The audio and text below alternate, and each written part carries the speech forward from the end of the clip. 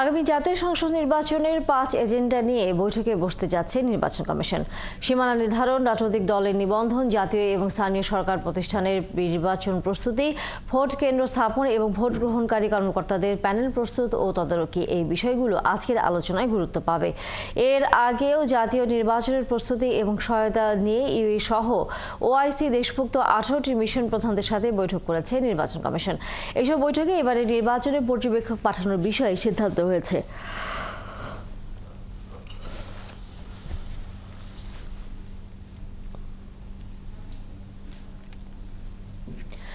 নির্বাচন কমিশনের বৈঠকের আরো খবরে যুক্ত হচ্ছেন সহকর্মী ফারজানা আক্তার। ফারজানা, বৈঠকে আমরা এর মধ্যে কি কি বিষয় নিয়ে আলোচনা হবে তার একটি ধারণা পাচ্ছিলাম। এর বাইরে আসলে কি ধরনের সিদ্ধান্ত আসতে পারে নির্বাচনকে ঘিরে? আগামী নির্বাচন যেহেতু এটি ভিন্ন প্রেক্ষাপটে এবার হতে যাচ্ছে, এবং একই সাথে এই বৈঠকটি আজকে কি শুধু এককভাবেই একজন নির্বাচন কমিশনারের অধীনে হওয়ার কথা আমরা শুনছি, অন্যান্য কমিশনাররাও কি এখানে বা সিইসি কি এখানে যোগ দেবেন কিনা?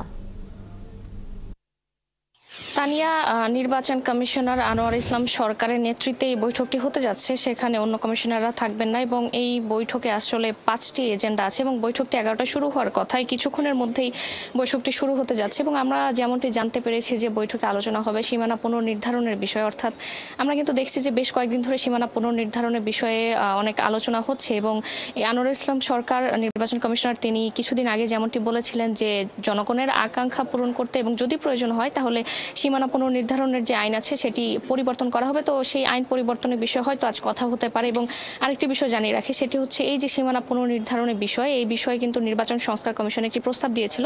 সেটি হচ্ছে সীমানা পুনর্নির্ধারণের ক্ষেত্রে যাতে আলাদা একটি কমিশন গঠন করা হয়, তবে নির্বাচন কমিশন আসলে সেটিতে রাজি না। নির্বাচন কমিশন সেটিতে দ্বিমত জানিয়ে ঐক্যমত্য কমিশনকে সেই সংস্কার কমিশনের যে প্রস্তাবনা ছিল তার বিরুদ্ধে কিন্তু একটি চিঠি দিয়েছে। অর্থাৎ নির্বাচন কমিশন চায় আসলে সীমানা পুনর্নির্ধারণের বিষয়টি যাতে নির্বাচন কমিশনের অধীনেই থাকে এবং সেই সীমানা পুনর্নির্ধারণের আইনি বিষয় নিয়ে হয়তো আজ কথা হতে পারে, আমরা এমনটি জেনেছি। এবং আরেকটি বিষয় সেটি হচ্ছে রাজনৈতিক দলের নিবন্ধনের যে আহ্বান জানানো হয়েছিল, রাজনৈতিক দল যে নিবন্ধনের বিষয়, সেটি হচ্ছে যে আমরা দেখেছি 10 মার্চ কিন্তু রাজনৈতিক নিবন্ধনের জন্য আহ্বান জানানো হয় এবং সেটির তারিখ দেওয়া হয়েছে 20 এপ্রিল পর্যন্ত।